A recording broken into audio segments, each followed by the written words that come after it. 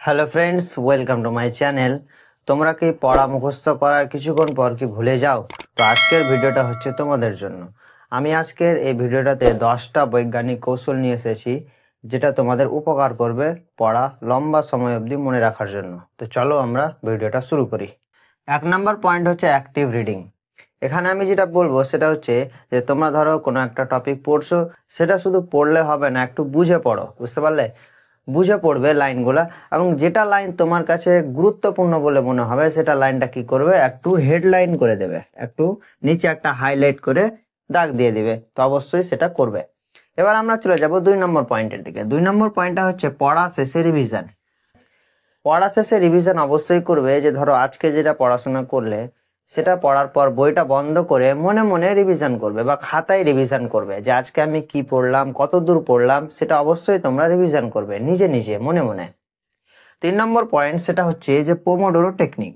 এটা একটু আলাদা রকম। সেটা হচ্ছে যে 30 মিনিট বা 1 ঘন্টা পড়ার পর 5 মিনিট বা 10 মিনিট কি করবে, ব্রেক নেবে। সেটা অবশ্যই করবে, কারণ এতে তোমার পড়াশোনাতে মনোযোগটা বাড়বে। হয়ে গেল। 4 নম্বর পয়েন্ট সেটা হচ্ছে নোট অ্যান্ড মাইন্ড ম্যাপ।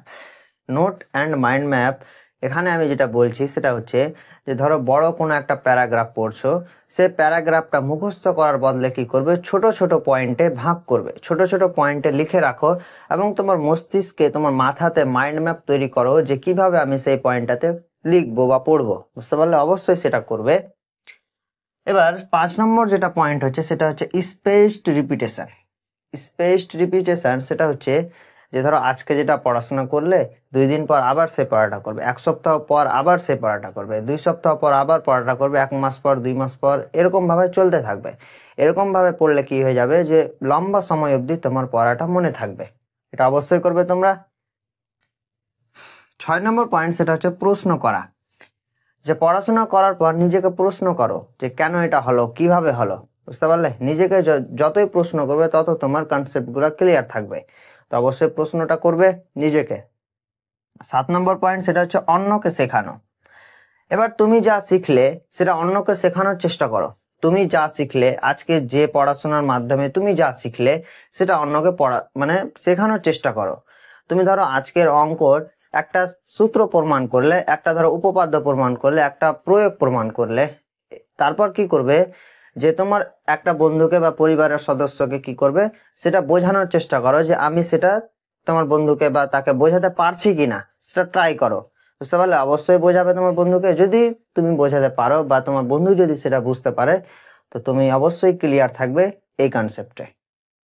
এবার চলে যাবো 8 নম্বর পয়েন্ট সেটা হচ্ছে পর্যাপ্ত ঘুম। দেখো, রাত জেগে পড়াশোনা করা হচ্ছে ক্ষতিকর।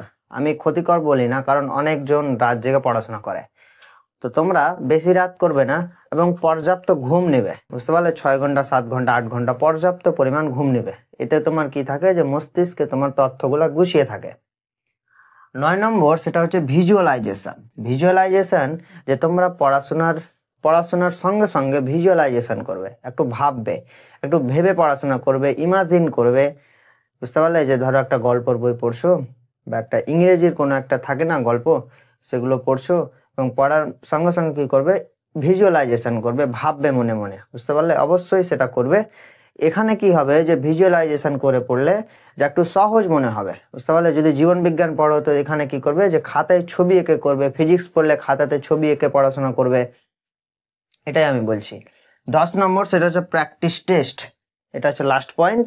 এটা একটু ভালো করে করবে, যে পড়ার পর তোমরা কি করবে, নিজে একটা প্রশ্ন তৈরি করবে, নিজে একটা প্র্যাকটিস টেস্ট তৈরি করবে। সেই প্রশ্নটা তোমরা নিজে সলভ করবে না দেখে, বুঝতে পারলে? তো আজকের এই ভিডিওতে এই 10টাই পয়েন্ট ছিল। অবশ্যই তোমরা সেটি ফলো করবে, এবং এই 10টি পয়েন্ট ফলো করলে অবশ্যই তোমরা পড়াশোনা মনে রাখবে একেবারে লম্বা সময় অবধি, লং টাইম অবধি।